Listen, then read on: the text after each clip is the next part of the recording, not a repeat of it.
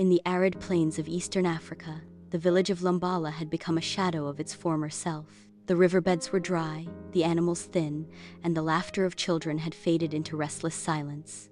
The villagers whispered of judgment, silence, and days without hope. Miremba, a widow in her mid-40s, was among the forgotten. Her husband had died during the last famine, and she lived alone with little more than a cracked pot, torn sandals, and an old Bible her mother had left her. Still, each morning she whispered a psalm before facing the heat. "I lift up my eyes to the hills.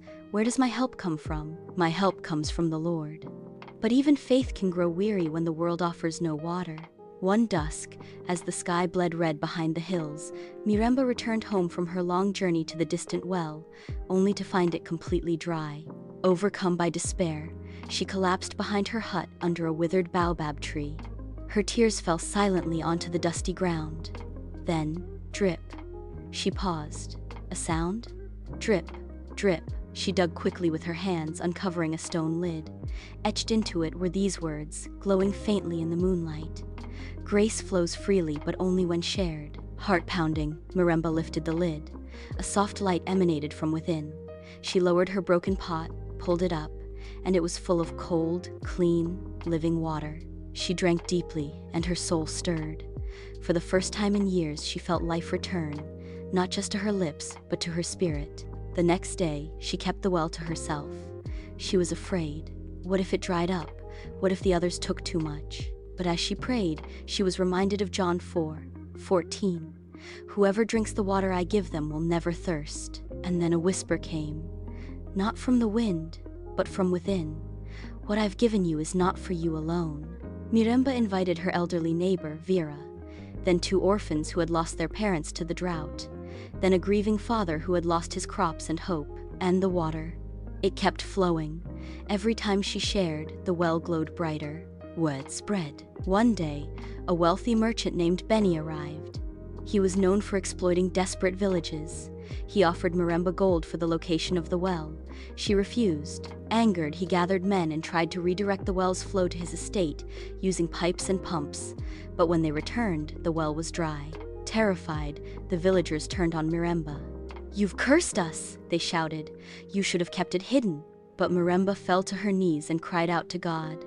"I shared what you gave me, not for me, but for them. Did I do wrong?" In the silence, a still small voice echoed in her heart. "My grace is sufficient for you, for my power is made perfect in weakness." 2 Corinthians 12:9. That night, a soft rain began to fall, only over Miremba's hut and garden. The soil around the well turned lush. Flowers bloomed. Her dry garden budded green shoots. At dawn, the villagers found her well overflowing, clearer than before, sweeter than ever. She stood before them and said, "Grace does not dry up when given, it only dries when hoarded." Shamed but moved, the villagers repented. They began to live differently, not just drawing water, but also sharing food, helping one another build, and praying together. Years later, children still came to the well with their clay pots. Miremba was now Mama Wanima, Mother of Grace. Her hut had become a gathering place of peace and worship. The well never ran dry again. Tourists and missionaries came, drawn by the miracle, but she told them plainly, "It's not about the water, it's about the giver. This is a shadow of a deeper well, one that flows from the heart of Christ." God's grace is not meant to be stored in jars. It's meant to be poured out. Like the living water Jesus offers, grace grows when we give it, not when we guard it. The well that never runs dry is in every heart that dares to trust God's abundance and live generously. Lesson learned. You don't have to be rich to give. You just have to be filled with grace, love, and with the Spirit of the One who gave it all for us.